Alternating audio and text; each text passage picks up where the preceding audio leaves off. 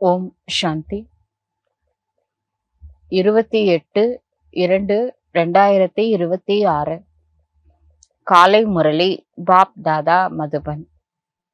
இனிமையான குழந்தைகளே, நீங்கள் ஈஸ்வரிய சம்பிரதாயத்தை பரம்பரையை சார்ந்தவர்கள். உங்களுக்கு ஞான சூரியன் பாபா கிடைத்திருக்கின்றார். நீங்கள் இப்பொழுது விழித்துள்ளீர்கள் எனும் பொழுது மற்றவர்களையும் விழிக்க செய்யுங்கள். கேள்வி: அநேக விதமான மோதல்களுக்கான சண்டை சச்சரவு நடப்பதற்கான காரணம் மற்றும் அதற்கான நிவாரணம் என்ன? பதில்: தேக அபிமானத்தில் வரும்பொழுது அநேக விதமான மோதல்கள் நடக்கின்றன. மாயையின் கிரகச்சாரம் பிடித்துக் கொள்கின்றது. ஆத்மா அபிமானிகளாக ஆகுங்கள், சேவையில் ஈடுபடுங்கள் என்று பாபா கூறுகின்றார். நினைவு யாத்திரையில் இருந்தீர்கள் என்றால் கிரகச்சாரம் அழிந்துவிடும். ஓம் சாந்தி. ஆன்மீக குழந்தைகளுக்கு ஸ்ரீமத் அளிப்பதற்காக அல்லது புரிய வைப்பதற்காக சிவ தந்தை வந்துள்ளார். தந்தை நாடகத்தின் திட்டப்படி எல்லா காரியங்களும் நடக்க வேண்டும் என்பதை குழந்தைகள் புரிந்து கொண்டு இருக்கின்றார்கள். இன்னும் கொஞ்ச காலம்தான் இருக்கின்றது.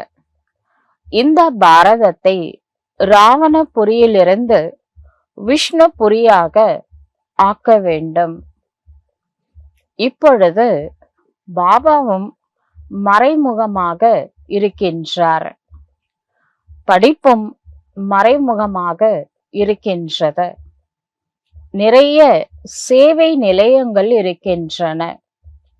சிறிய பெரிய கிராமங்களில் சிறியதும் பெரியதுமான சேவை நிலையங்கள் இருக்கின்றன. மேலும் குழந்தைகளும் அதிகமாக இருக்கின்றார்கள். இப்பொழுது குழந்தைகள் சவால் விட்டுள்ளார்கள். மேலும் எழுதவும் கூட வேண்டும்.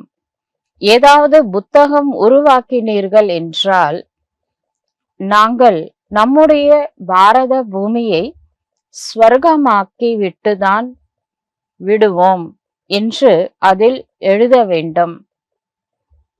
பாரதத்தை ஸ்வர்க்கமாக ஆக்கியே தீருவோம் என்று எழுத வேண்டும்.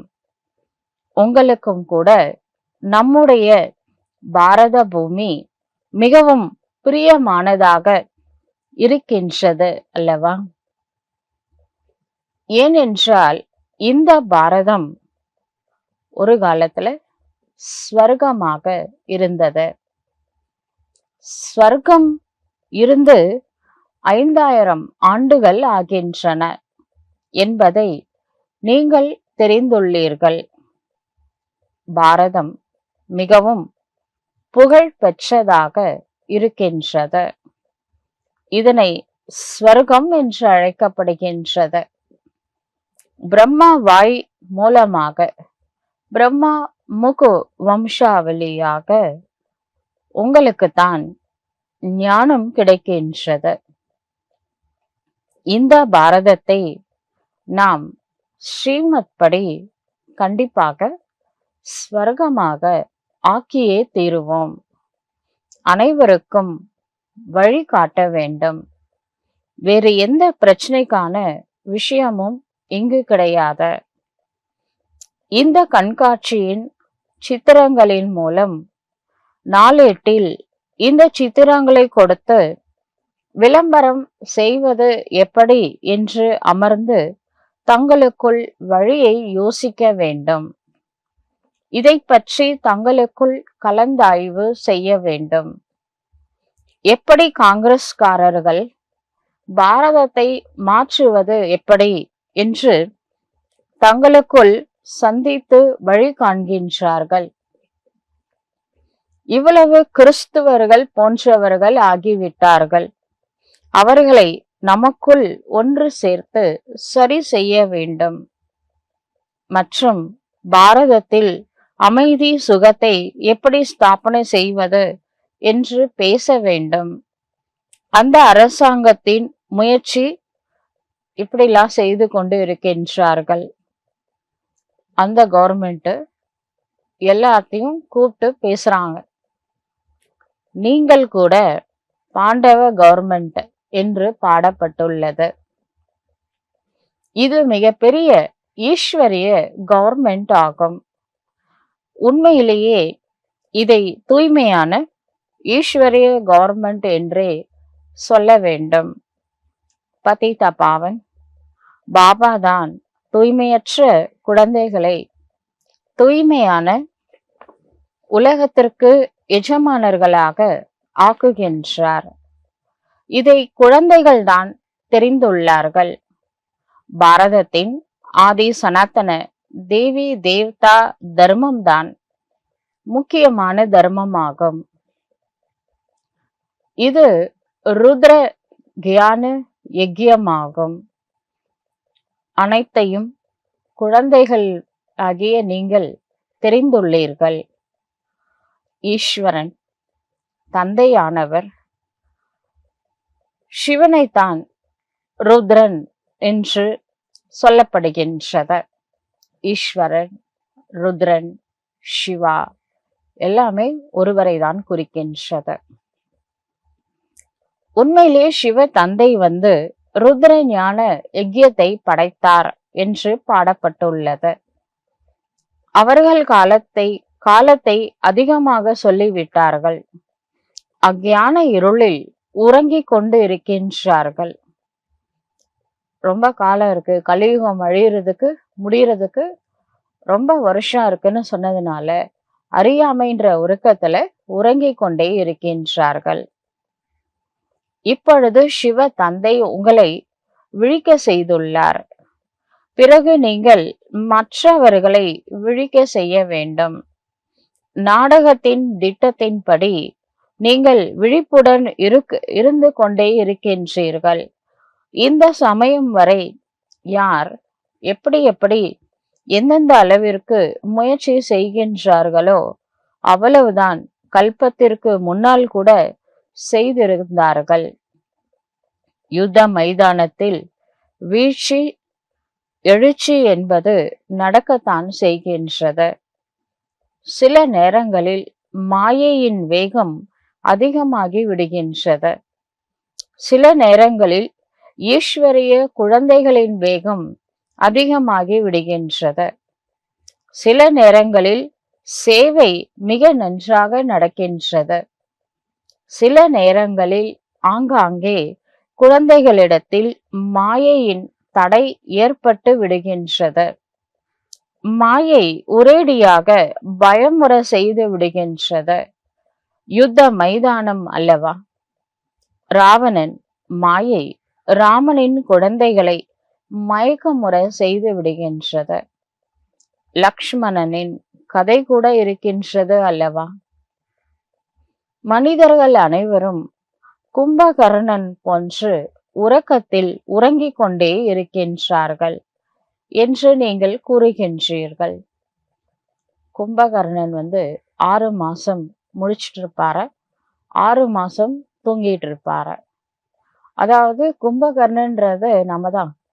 சத்தியுகம் திரேதாயுகத்துல நல்ல விழிப்புணர்வோட இருந்தோம். அப்ப நம்ம நற்செயல்களை செஞ்சோம். துவாபரயுகம் கலியுகத்துல ஆத்மா தூங்கிடுச்சு, உறக்க நிலையில இருந்தது. அதனால நாம செய்யற செயல் பாடி கான்சியஸ்க்கு வசப்பட்டு செஞ்சதுனால, ஆத்மா உணர்வு இல்லாம தேக உணர்வுல இருந்து செய்ததால துவாபர யுகம் கலியுகத்துல செய்த கர்மா விகர்மமாக அசுர செயல்களாக மாறிவிட்டது. இப்ப சிவ தந்தை இந்த அசுர உறக்கத்திலிருந்து விழித்தெழிய செய்கின்றார். இந்த விழிப்புணர்வு தான் சிவராத்திரி அன்னைக்கு கண்ணு விழிக்கணும் அப்படின்னு ஒரு நாள் நைட்டு மட்டும் கண்ணு விழிக்கிறாங்க. பாபா சொல்றாரு, இந்த 3வது கண்ணு சதா விழித்து எழுங்க, சதா விழித்திருங்க. ஞான கண்ணை யூஸ் பண்ணுங்க.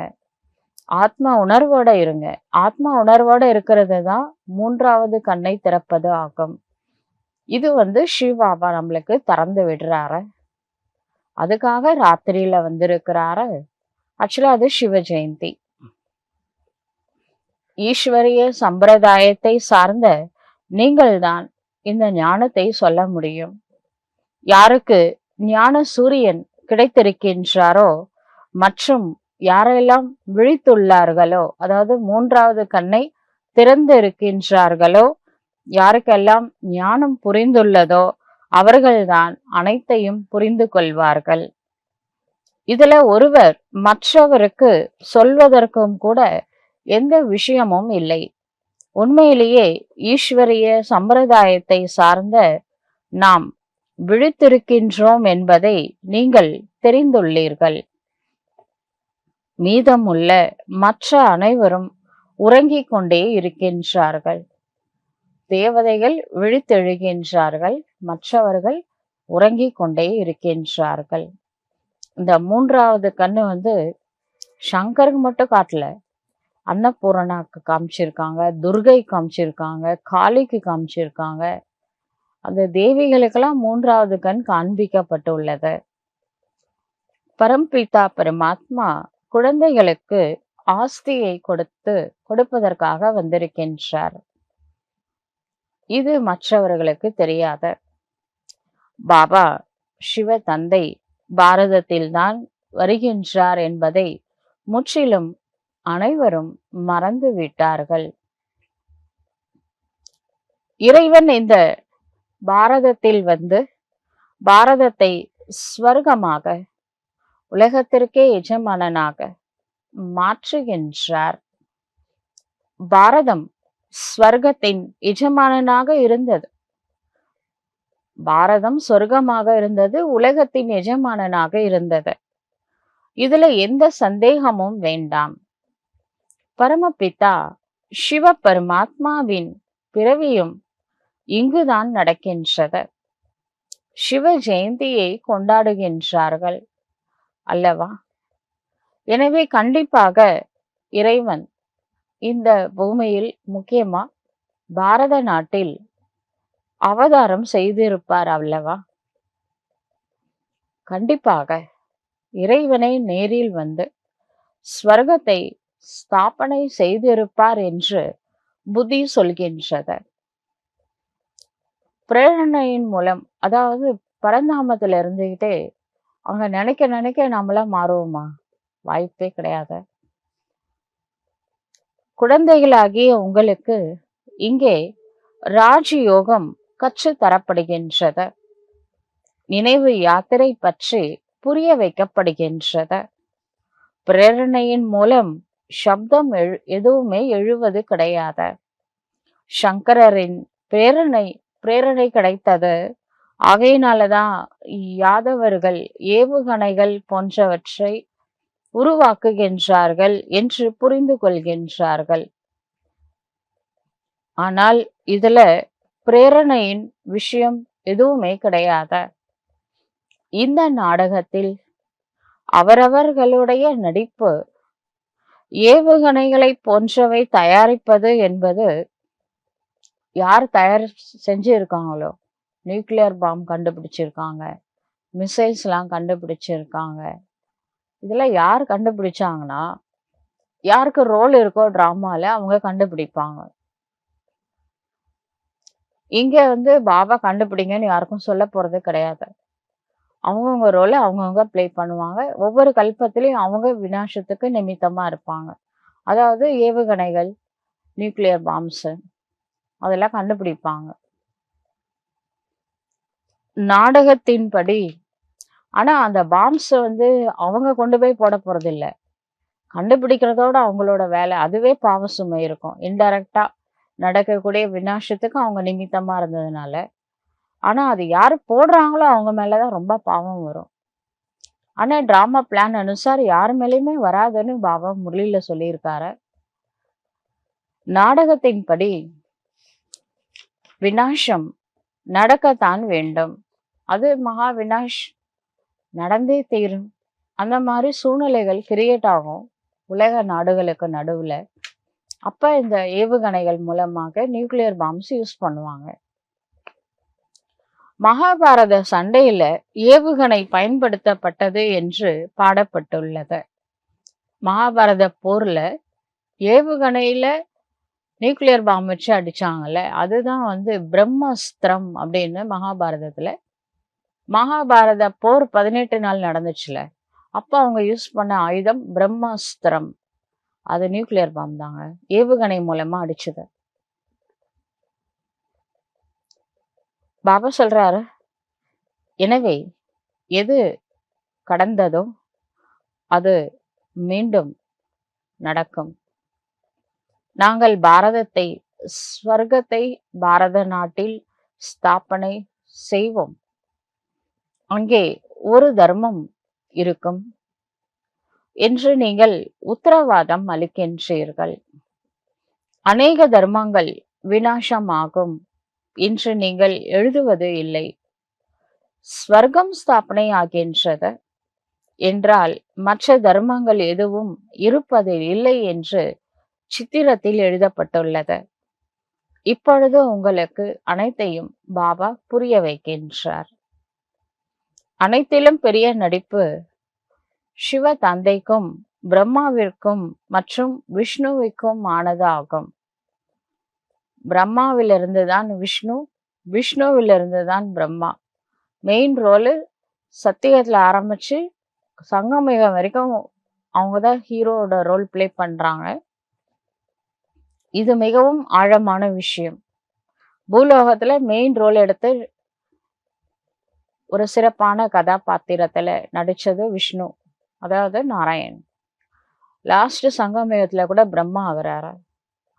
அதனாலதான் அந்த விஷ்ணுவோட நாபிலிருந்து பிரம்மா வந்ததா காமிச்சிருக்காங்க. விஷ்ணுவோட 84 விஷயம், லாஸ்ட் விஷயம் பிரம்மா. எல்லா விஷயத்திலயும் அற்புதமான கேரக்டர் கொடுத்திருப்பாரு பாபா. இது ஒரு பக்கம். அப்புறம் இந்த உலகத்தை இயக்குனது சிவ் பாபா. அதனால இந்த 3 பேரோட ரோலு ஒரு ஒண்டர்ஃபுல்லான ரோலு அப்படின்னு பாபா சொல்றாரு. அங்கே ஒரு தர்மம் தான் இருக்கும் சத்தியுகத்துல என்று நீங்கள் உத்தரவாதம் அளிக்கின்றீர்கள். அநேக தர்மங்கள் விநாசமாகும் என்று எழுதுவது இல்லை. ஸ்வர்க்கம் ஸ்தாபனை ஆகின்றது என்றால் மற்ற தர்மங்கள் எதுவும் இருக்காது அப்படின்னு தான் அர்த்தம். இப்பொழுது உங்களுக்கு அனைத்தும் இறைவனை அமர்ந்து புரிய வைக்கின்றார். சோர்ஸ் ஆஃப் நாலேஜ் யாரு? காட் சிவா. அவர் சொன்ன நாலேஜ் தான் நம்ம இப்ப கேட்டுட்டு இருக்கோம். அனைத்திலும் மிகப்பெரிய ரோல் அவங்களுடையது. விஷ்ணுவிலிருந்து பிரம்மா எப்படி ஆகின்றார், பிரம்மாவிலிருந்து பிறகு விஷ்ணுவாக எப்படி ஆகின்றார் என்பது புத்திசாலி குழந்தைகளின் புத்தியில உடனே வந்து விடுகின்றது. தெய்வீக சம்பிரதாயத்தை சார்ந்தவர்களாக ஆகத்தான் செய்கின்றார்கள். ஒருவருடைய விஷயம் கிடையாது. இந்த விஷயங்கள் குழந்தைகளாகிய நீங்கள் புரிந்து கொள்கின்றீர்கள். உலகத்தில் ஒரு மனிதர் கூட இந்த ஞானத்தை புரிந்து கொள்வது கிடையாது. லக்ஷ்மி நாராயண் மற்றும் விஷ்ணுவின் பூஜை கூட செய்கின்றார்கள். ஆனால் அவர்களுக்கு விஷ்ணுவின் 2 ரூபம். விஷ்ணு அப்படின்னா தனியா 4 கையோட யாரும் மனுஷங்களோ தெய்வதைகளோ கிடையாது. விஷ்ணு அப்படிங்கிறது லக்ஷ்மி நாராயணுடைய ரூபமாகும், இணைந்த சொரூபம். ஆனா உண்மையிலே இணைஞ்செல்லாம் இருக்க மாட்டாங்க, தனித்தனியா தான் இருப்பாங்க. அவர்கள் புதிய உலகத்தில் ராஜ்யம் செய்வார்கள் என்பது யாருக்கும் தெரிவது கிடையாது. மற்றபடி 4 கைகளையுடைய மனிதன் யாருமே இருப்பது கிடையாது. சூக்ஷ்ம வதனத்தில் குடும்ப வார்க்க ஃபேமிலி லைஃப் இருக்கு இல்லையா, அந்த குடும்ப மார்க்கத்தின் குறிக்கோளை சூக்ஷ்ம உலகத்தில் காட்டுகின்றார்கள். இந்த முழு உலகத்தின் வரலாறு மற்றும் புவியியல் எப்படி சுற்றுகின்றது என்பதை யாரும் தெரிந்திருக்கவில்லை. தந்தையையே தெரிந்திருக்கவில்லை எனும் பொழுது தந்தையின் படைப்புகளை எப்படி தெரிந்து கொள்ள முடியும்? பாபா தான் படைப்பினுடைய முதல் இடை கடையின் ரகசியத்தை, ஞானத்தை கூறுகின்றார். ரிஷிகளும் முனிவர்களும் கூட எங்களுக்கு தெரியாது என்றுதான் சொல்கின்றார்கள். தந்தையை தெரிந்து கொண்டவர்கள் என்றால் படைப்பினுடைய முதல் இடை கடையையும் தெரிந்து கொள்வார்கள். நான் கல்பத்தில் ஒரு முறை மட்டுமே வந்து குழந்தைகளாகிய உங்களுக்கு முழு ஞானத்தையும் புரிய வைக்கின்றேன். அவன் அருளாலே அவன் தாள் வணங்கி அப்படின்னு சொல்லியிருக்காங்க. இறைவனை பற்றி தெரியணும்னா இறைவன் அருள் வேணும். இறைவன் அருள் எப்ப கிடைக்கும்னா அவரு டைரக்டா பூலோகத்தில் எப்ப அவதாரம் செய்யறாரோ அப்ப குரு பார்வை படும். அவங்களுக்கு அவங்களோட அருள் வரும். கண்டிப்பா பாபா சொல்றாரு, பிறகு நான் வருவதே கிடையாது. இப்ப இந்த சங்கமயத்துல மிஸ் பண்றாங்க பார்த்தீங்களா, அதோட அவங்க கல்ப கல்பமா மிஸ்ஸிங் தான். என்னை சங்கம யுகத்தில் மட்டுமே அழைக்கின்றார்கள். கலியுகத்திலே கூப்பிட்டோம், அவருக்கு ரோல் சங்கம யுகத்துல இருக்கு, அதனால அதுல வராரு. கேட்டா டிராமான்னு சொல்லுவாரு. தூய்மையானது என்று சத்தியுகத்தையும், தூய்மை அற்றது என்று கலியுகத்தையும் சொல்கின்றோம். எனவே கண்டிப்பாக தூய்மையற்ற உலகத்தின் கடைசியில்தான் இறைவன் அவதாரம் செய்கின்றார். கலியுகத்தின் கடைசியில வந்து தூய்மையற்ற நிலையிலிருந்து தூய்மையாக ஆக்குகின்றேன். சத்தியுக ஆரம்பத்தில் தூய்மை இருந்தது. இது சகஜமான விஷயம் அல்லவா? தூய்மையற்றவர்களை தூய்மையாக்கும் தந்தை எப்பொழுது வருவார் என்று மனிதர்கள் எதையும் புரிந்து கொள்ள முடியாத. இப்பொழுது கலியுகத்தின் கடைசி என்று தான் சொல்ல முடியும். ஒருவேளை கலியுகம் இன்னும் 40,000 ஆண்டுகள் இருக்கின்றது என்று சொன்னால் இன்னும் எவ்வளவு தூய்மையற்றவர்களாக ஆகிவிடுவீர்கள். எவ்வளவு துக்கம் ஏற்படும். சுகம் இருக்கவே இருக்காத. எதுவுமே தெரியாத காரணத்தினால முற்றிலும் கார் இருளில் இருக்கின்றார்கள். நீங்கள் புரிந்து கொள்ள முடியும். எனவே குழந்தைகளாகிய தங்களுக்குள் ஒன்றாக சிந்தனை செய்ய வேண்டும். படங்களை வைத்து நன்றாக புரிய வைக்க வேண்டும். இந்த சித்திரங்கள் போன்றவையும் நாடகத்தின்படி உருவாக்கப்பட்டவைதான். இந்த எக்ஸிபிஷன் செட்லாம் இருக்குல்ல, அதெல்லாம் கூட டிராமா அனுசாரம் சிவ் பாபா மூலமா உருவாக்கப்பட்டது. எந்த காலம் கடந்ததோ அது அப்படியே நாடகம் நடந்து கொண்டு இருக்கின்றது. பாஸ்ட் என்ன நடந்து முடிஞ்சதோ அது மீண்டும் ரிப்பீட் ஆகும் டிராமா அனுசார் என்பதை குழந்தைகள் புரிந்து கொள்கின்றார்கள். குழந்தைகளின் நிலை கூட சில நேரங்களில் கீழேயும் சில நேரங்களில் மேலானதாகவும் இருக்கின்றன. நம்ம மனசு, அதாவது நம்ம ஸ்திதி இருக்குல்லையா, மனோநிலை, அது ஹையஸ்டா இருந்தா பெரிய பெரிய மலை மாதிரி பிரச்சனை வந்தாலும் அது ஈஸியா ஃபேஸ் பண்ணிடுறோம். அது ஒரு பெரிய மேட்டராகவே நம்மளுக்கு தெரியறதில்ல. ஆனா ஸ்திதி டவுனா இருந்தது அப்படின்னு வச்சுக்கோங்க, சின்ன சின்ன எறும்பு கூட நம்மளுக்கு வந்து மலை மாதிரி தெரியுது. கடுகெல்லாம் மலையாகுது. சரிங்களா? ஸ்திதி டவுனா இருக்குன்னு அர்த்தம். ஸ்திதி ஹையஸ்டா இருக்கும்போது மலையே கடுகாகுது. இவை அனைத்தும் புரிந்து கொள்ள வேண்டிய விஷயங்கள் ஆகும். சில நேரங்களில் சிலருக்கு கிரகச்சாரம் பிடித்து கொள்கின்றது என்றால் அதை அழிப்பதற்கு எவ்வளவு பிரயத்தனம் செய்கின்றார்கள். இது ராகு தோஷம் அப்படின்லாம் சொல்றாங்க. அதுக்காக என்ன பண்றாங்க, என்ன முயற்சி பண்ணணுமோ செய்யறாங்க. செவ்வாய் தோஷம் அப்படின்னு சொல்றாங்க. அதனால இந்த ராகு தோஷத்தை நீக்கிறதுக்காக என்ன பண்றாங்க, அது சூரிய வம்சம் சந்திர வம்சம் ரெண்டுத்தையும் பிடிக்குது ராகு. அதனால ராகு கிரகணம், அது சூரிய கிரகணம் சந்திர கிரகணம்னு சொல்றாங்க. அப்ப அந்த கிரகணத்தை நீக்கிறது, அது போகணும், விட்டு போகணும், கிரகச்சாரி போகணும்னா அந்த பர்டிகுலர் ராகுக்கே பூஜை பண்றாங்க.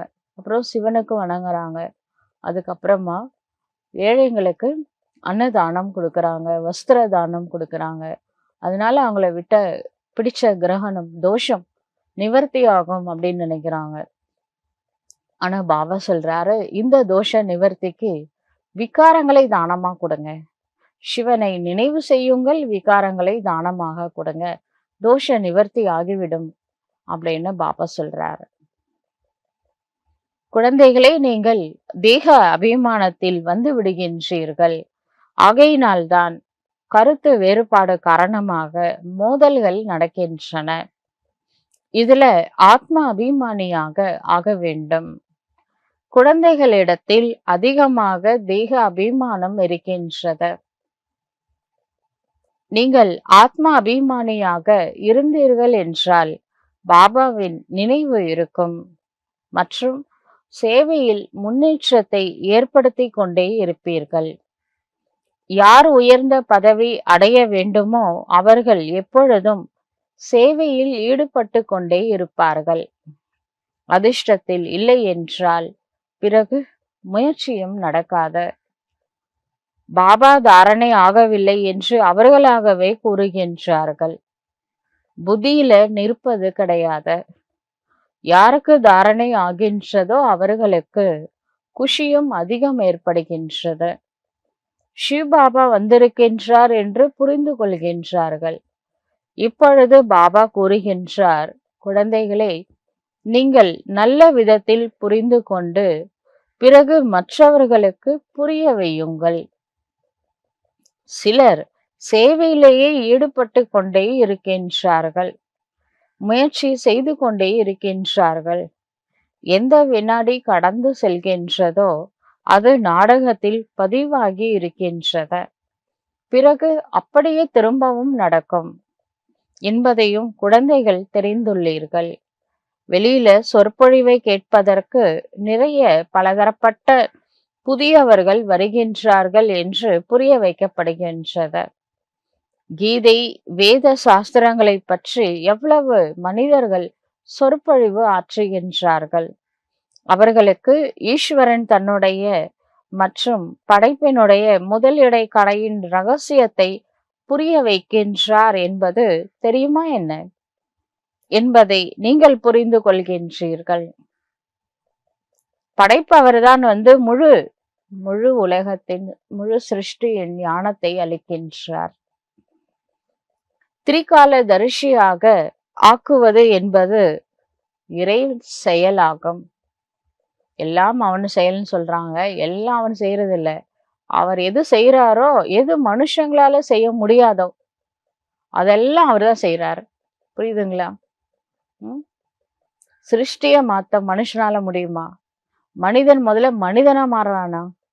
மனிதனை தேவதையாக கடவுளால மட்டும்தான் மாற்ற முடியும். இன்றைய நரகத்தை சொர்க்கமாக அவரால மட்டும்தான் மாற்ற முடியும். உலகத்துல உண்மையான சுகம், சாந்தி அவரால மட்டும்தான் கொண்டு வர முடியும். இதெல்லாம் இறை செயல், மனித செயல் அல்ல. இது கடவுளால மட்டும்தான் செய்ய முடியும். அதுக்காக தான் வந்திருக்கிறாரு. இதெல்லாம் சாஸ்திரங்கள்ல இந்த விஷயமே இல்லை. இவை புதிய விஷயங்கள் ஆகும். பாபா அடிக்கடி புரிய வைக்கின்றார். எங்கேயும் முதலில் கீதையின் பகவான் ஸ்ரீ கிருஷ்ணா அல்லது நிராகாரமான சிவாவா என்பதை புரிய வைங்கள். கீதை ஹையஸ்ட் நாலேஜ். அதுல முக்கியமான பாயிண்ட் என்ன சொல்றாரு? அதாவது தேகத்தோட அனைத்து தர்மங்களையும் மறந்து சர்வ தர்மானி பரித்யஜ மாமேகம் சரணம் விருஜ. தேகத்தினுடைய தர்மங்களை எல்லாமே புத்தியின் மூலமாக தியாகம் செய்து யார் ஒருவன் என்னிடம் சரணாகதி அடைகின்றானோ அவனை அனைத்து விதமான பாவ தலைகளிலிருந்து விடுவிக்கின்றேன். இந்த வார்த்தை கீதையில இருக்கு. ஆனா இத சொல்றது கிருஷ்ணாவா சிவாவா? கிருஷ்ணருக்கு தேகம் இருக்கு, தேகத்தோட தர்மம் இருக்கு. ஆனா சிவபாபாவுக்கு தேகமே இல்லை, எந்த தர்மமும் இல்லை. தர்மத்தில இருந்து அப்பாற்பட்டவரா இருக்கிறாரு, தேகம் இல்லாதவரா இருக்கிறாரு, பிறப்பு மறுபிறப்பு இல்லாதவராக இருக்கிறாரு. அஜென்மா அப்படின்னு சொல்றோம், அஷரீரி அப்படின்னு சொல்றோம். அவரால தான் இந்த உண்மையான கீதை உபதேசம் பண்ண முடியும். உண்மையிலேயே அவரால மட்டும்தான் பாவ தலைகளிலிருந்து விடுவிக்க முடியும். பாப்ப கட்டேஸ்வர் அப்படின்னு சொல்றோம். அவரால மட்டும்தான் ஆத்மால படிஞ்சிருக்கிற பாவங்களை நீக்க முடியும். ஆனா இந்த வார்த்தைக்கு அர்த்தம் என்ன? இது யாரு சொல்லியிருப்பாங்க? நீங்களே ஜட்ஜ் பண்ணுங்க. கீதை சொன்னவரு கிருஷ்ணாவா? காட் சிவாவா? இந்த விஷயங்கள் நீங்கள் ப்ரொஜெக்டர்ல வச்சு புரிய வைக்க முடியாத கண்காட்சியில் படம் முன்னால் வைக்கப்பட்டுள்ளது. அதை பற்றி நீங்கள் கேட்கலாம். இப்ப சொல்லுங்க, கீதையின் பகவான் யார்? ஞான கடல் யார்? அதுல விஷயம் உண்மை இருக்கு கீதையில. ஆனா சொன்னவர் பேரை மாத்திட்டீங்களே.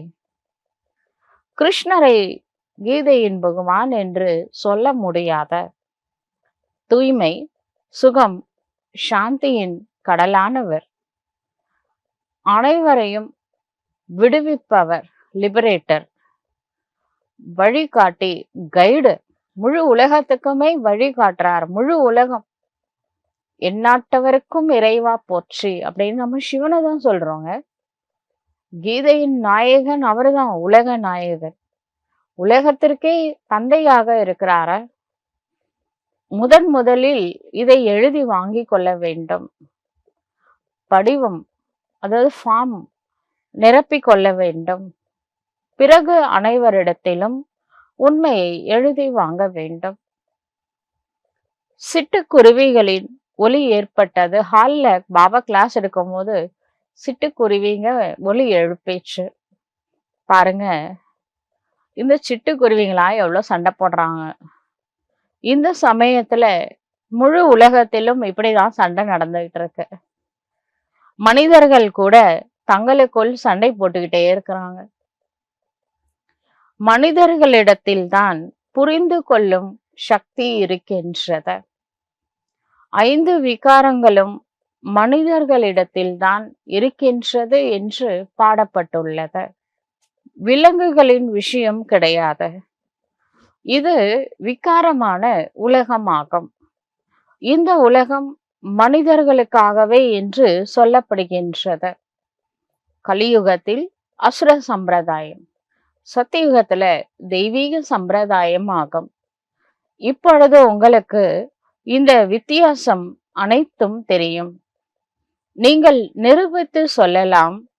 ஏணிப்படியில் கூட மிகவும் தெளிவாக காட்டப்பட்டுள்ளது. இதுல மிக தெளிவா இருக்கு. இறங்கும் கலை மற்றும் ஏறும் கலையை பற்றிய முக்கியமான படமே ஏணிப்படிதான். இந்த ஏணிப்படி மிகவும் நன்றாக இருக்கின்றது. உண்மையிலேயே இது தூய்மையற்ற உலகமாக இருக்கின்றது. தூய்மையான உலகமாக இருந்தது என்றால் மனிதர்கள் முற்றிலும் நல்ல விதத்தில் புரிந்து கொள்ளும்படி இதில் அப்படி என்ன எழுதுவது அல்லது வரைவது? இங்கே அனைவரும் தூய்மையற்றவர்களாக இருக்கின்றார்கள். ஒருவர் கூட தூய்மையானவர் இல்லை. இதை பற்றி இரவும் பகலும் சிந்தனை செய்ய வேண்டும். ஆத்ம பிரகாஷ் என்ற குழந்தை எழுதுகின்றார், பாபா இந்த சித்திரத்தை உருவாக்கியுள்ளேன். ஆத்தம் பிரகாஷ், அது 2 பேர் இருக்காங்க. ஒருத்தர் இந்த டோலி டிபார்ட்மெண்ட்ல இருப்பாரு, பாண்டபவன். அவரும் நல்ல கிளாஸ்லாம் எடுப்பாரு. பாபா சொல்ற ஆத்ம பிரகாஷ் அந்த ஞானாமிருத் அதனோட எடிட்டர், அவரை சொல்றார். பாபா கூறுகின்றார், ஞானத்தை சிந்தனை செய்து எந்த சித்திரம் வேண்டுமானாலும் உருவாக்குங்கள். ஆனால் ஏணிப்படி மிகவும் நன்றாக உருவாக வேண்டும். இதுல அதிகம் புரிய வைக்க முடியும். ஏணிப்படியில 84 பிறவிகளை முடித்து பிறகு முதல் பிறவி எடுக்கின்றார்கள். பிறகு இறங்கும் கலையிலிருந்து ஏறும் கலைக்கு செல்ல வேண்டும். ஒரே பிறவில இறங்கும் கலையிலிருந்து ஏறும் கலைக்கு பாபாவை நினைக்கிறது. அதுவும் ஏணிப்படியில இருக்கு அந்த பிக்சர்ல. இதில் ஒவ்வொருவருக்கும் சிந்தனை செல்ல வேண்டும். 84 பிறவி இறங்குறதுக்கு, ஒரே பிறவி ஏறுறதுக்கு. இதெல்லாம் நீங்க கொஞ்சம் மனன சிந்தனை செய்யுங்கள். இல்லை என்றால் எப்படி சேவை செய்ய முடியும்? சித்திரங்களை வைத்து புரிய வைப்பது மிகவும் சுலபமாகும். சத்தியுகத்திற்கு பிறகு ஏணிப்படியில் இறங்க வேண்டியதாக இருக்கின்றது. நாம் நடிகர்கள் என்பதையும் குழந்தைகள் நன்றாகவே தெரிந்துள்ளார்கள். இங்கிருந்து மாறி நேராக சத்தியுகம் செல்வது கிடையாது. முதலில் சாந்தி தாமத்திற்கு செல்ல வேண்டும். இந்த நாடகத்தில் தங்களை நடிகர்கள் என்று உங்களில் வரிசை கிரமமாகத்தான் புரிந்து கொள்கின்றீர்கள். உலகத்தில் யாருமே தங்களை நடிகர்கள் என்று சொல்ல முடியாது. நடிகர்களாக இருந்து கொண்டும் கூட நாடகத்தின் படைப்பாளர், டைரக்டர், முக்கிய ஆக்டர், நாடகத்தின் முதலிடை கடை ரகசியங்கள் தெரிந்து கொள்ள இயலவில்லை என்றால் அவர்கள் முதல் தரமான முட்டாள்கள் அப்படின்னு சொல்றாரு. இது பகவானுடைய மகா வாக்கியம். அப்புறம் இதையே சொல்றாரு, முட்டாளதான் புத்திசாலி ஆக்குறதுக்காக இந்த ஸ்கூல்ல சேர்த்து இருக்கிறாரு. அதை மனிதனை தெய்வதை ஆக்கக்கூடிய பள்ளிக்கூடம்னு சொல்லலாம், யூனிவர்சிட்டின்னு சொல்லலாம். இதுல அட்மிஷன் கிடைச்சிருக்கு. சரிங்களா? முட்டாளதான் புத்திசாலியா ஆக்குறாரு. நம்ம ஜீரோ ஆனோன்றது அவர் ஹீரோக்கு நல்லாவே தெரியும். அவர் தான் பாடம் எடுத்து மகாதேவோட பாடத்தின் மூலமா தேவதைகளை உருவாக்கிட்டே இருக்கிறாரு. இதெல்லாம் சிவ பகவானுடைய மகா வாக்கியமாகும். பிரம்மாவின் உடலின் மூலமாக சிவன் மகா வாக்கியத்தை, கீதா, அதாவது ஒரிஜினல் கீதையை சொல்லிக் கொண்டே இருக்கின்றார். ஞான கடலானவர் அந்த நிராகாரமான காட் சிவா தான். நிராகாரனா ஒளியானவர், உருவமற்றவர், சரீரமற்றவர், அஷரீரியானவர். அவருக்கு தன்னுடைய சொந்தமா விஸ்வநாதன்னு பேரு. ஆனா ஒரு உடம்பு சொந்தம் கிடையாதுங்க. இந்த பூமியில வாடகை வீட்டுல தான் வந்திருக்கிறாரு. இதெல்லாம் புரிந்து கொள்ள வேண்டிய விஷயமாகும். குழந்தைகளாகிய உங்களுக்கு மிகவும் போதை, ஆன்மீக போதை இருக்க வேண்டும். நாம் யாரை நிந்தனை செய்கின்றோமா என்ன? யாரையுமே நிந்தனை செய்யல. உண்மை சிலருக்கு கசக்குதுன்னா அதுக்கு நாம பொறுப்பு கிடையாது. உண்மை கசக்கதான் செய்யும். அதனால இந்த ஞானம் சொல்றவங்க கொஞ்சம் இனிமை அப்படின்ற தேன் கலந்து, ஈஸ்வரிய ஸ்நேகம் ரெண்டுத்தையும் கலந்து சொல்லுங்க. அப்ப அவங்களுக்கு கசப்பு மருந்து உள்ள போயிடும். இது சரியான விஷயம் அல்லவா? இது உண்மை கசக்கும், ஆனா உண்மைதானே. இது மறுக்க முடியாத உண்மை. ஆனா கொஞ்சம் அன்பா சொன்னீங்கன்னா ஏத்துப்பாங்க. பெரிய பெரியவர்கள்லாம் இருக்கின்றார்கள். அவர்கள் அனைவருடைய சித்திரங்களையும் போடலாம். ஏணிப்படியை யாருக்கு வேண்டுமானாலும் காட்டலாம். நல்லது. இனிமையிலும் இனிமையான, காணாமல் போய் கண்டு எடுக்கப்பட்ட செல்ல குழந்தைகளுக்கு தாயும் தந்தையுமாக விளங்கும் பாப் தாதாவின் அன்பு நினைவுகளும் காலை வணக்கமும். ஆன்மீக குழந்தைகளுக்கு ஆன்மீக தந்தையின் நமஸ்காரம். ஆன்மீக தந்தைக்கு ஆன்மீக குழந்தைகளின் நமஸ்காரம். தாரணைக்கான முக்கிய சாரம். முதல் பாயிண்ட், பாரதத்தில் சுகம் சாந்தியை ஸ்தாபனை செய்வதற்காக அல்லது பாரதத்தை சொர்க்கமாக்குவதற்காக தங்களுக்குள் ஸ்ரீமத் படி இப்படி பாரதத்திற்கு சேவை செய்ய வேண்டும் என்று கலந்தாய்வு செய்ய வேண்டும். இரண்டாவது பாயிண்ட், சேவையில் முன்னேற்றம் காண அல்லது சேவையின் மூலம் உயர்ந்த பதவியை அடைவதற்கு, ஆத்ம அபிமானியாக இருப்பதற்கு உழைக்க வேண்டும். ஞானத்தை சிந்தனை செய்ய வேண்டும்.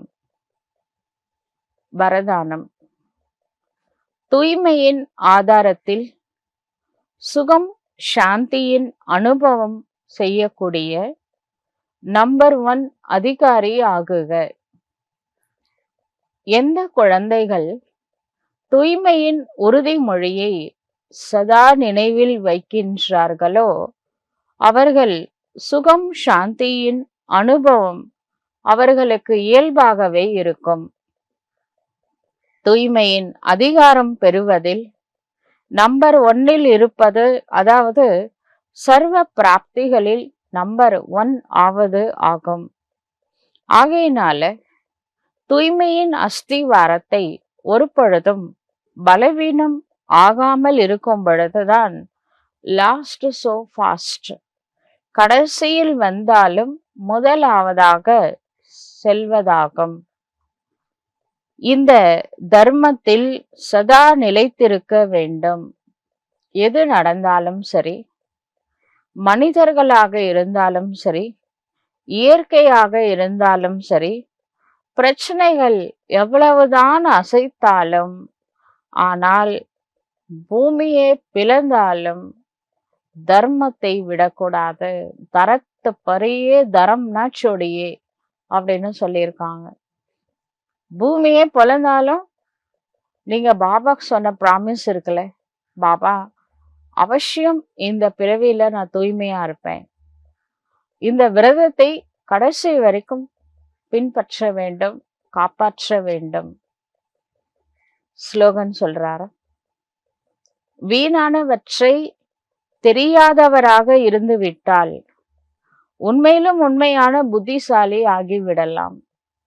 வேஸ்ட்னா என்னன்னே தெரியாதுங்க.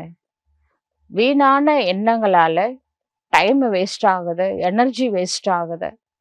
அதனாலதான் பாபா சொல்றாரு, வீணானவற்றை தெரியாதவராக இருந்து விட்டால் உண்மையிலும் உண்மையான புத்திசாலியாக ஆகிவிடலாம்.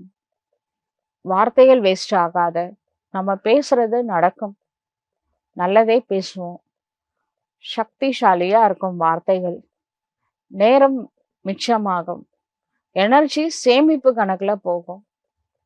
எல்லாத்துக்கும் ஆதாரம் இந்த வேஸ்ட்டை குறைக்கிறது.